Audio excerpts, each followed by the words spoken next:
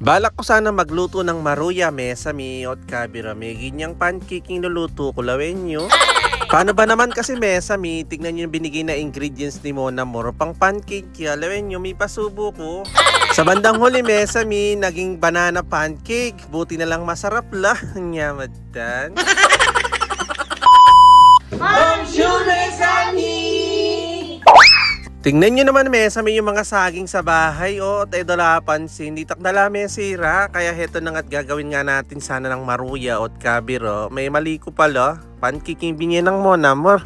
Hindi ko alam, mesami, kung anong iniisip ni Mona More nung sinabi kong maruya at kabira. Crepe pala yung nasa isip niya. Yung maruya ang pong crepe ela parehas. Anyamatan. Baling ginawa ko dyan, mesami. Heto na nga at binalatan ko nga lahat ng mga saging dyan. Tapos dinurog-durog ko lang siya ng maigi. Siguraduhin yung hinog yung mga saging dyan. After ko nga madurog yung mga saging, heto na nga at magsisimula na tayong magsangkap. Bali maglalagay nga tayo dyan ng harina. Tapos maglalagay din tayo ng vanilla. Tapos naglagay din tayo ng isang itlog. Tapos naglagay ako ng baking powder. At naglagay din ako ng asukal. Tapos sumunod naman yung fresh milk. At naglagay din tayo ng mantika. At sumunod naman last yung asin.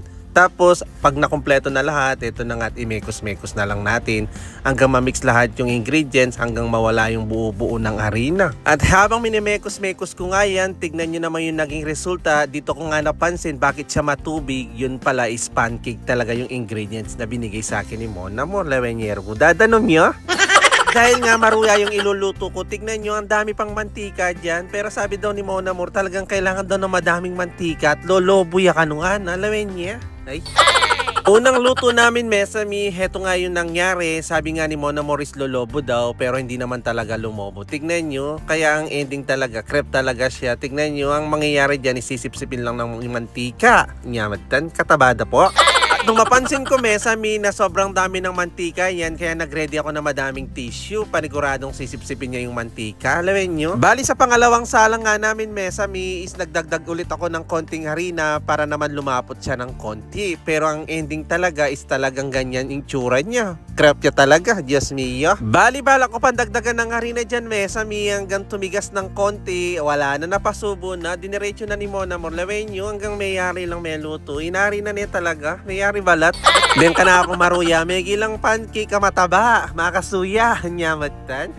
At syempre ayaw ko naman ipakain sa mga bata yan na puro mantika, kaya pinatuyo ko ng maigi yan tapos pinitpit ko parugo. Bang ilang masuya, kaya lenye ruguin ka na ako maruya, may ganyang pancake kadulok. After kong ma-sure, mesami, na wala na masyadong mantika ang mga yan, heto na nga at magte-taste test na tayo. Sa umpisa lang is tignan nyo naman yung reaksyon nila. Kunyari ayaw nila, pero kapag natikman nila naman yan is hindi nila hihindiin yan. Tignan nyo. Sarap po, hindi? Riga? Sarap. Kreme gabon. Aba?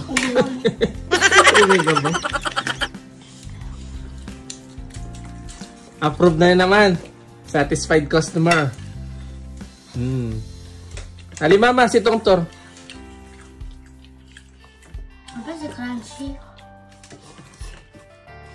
Diba? Injeri crepe. Apa si crunchy? Sa si crepe. Sa si crepe maruya.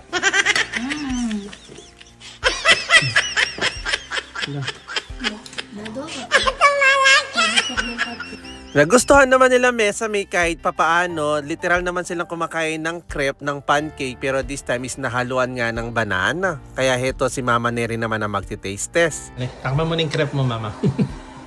Hindi naman niya luto ko. Wow mo naman nga niya, Leo. Hindi naman niya. Gawa kang kape nga, Rod. Hindi naman niya cupcake. Pancake.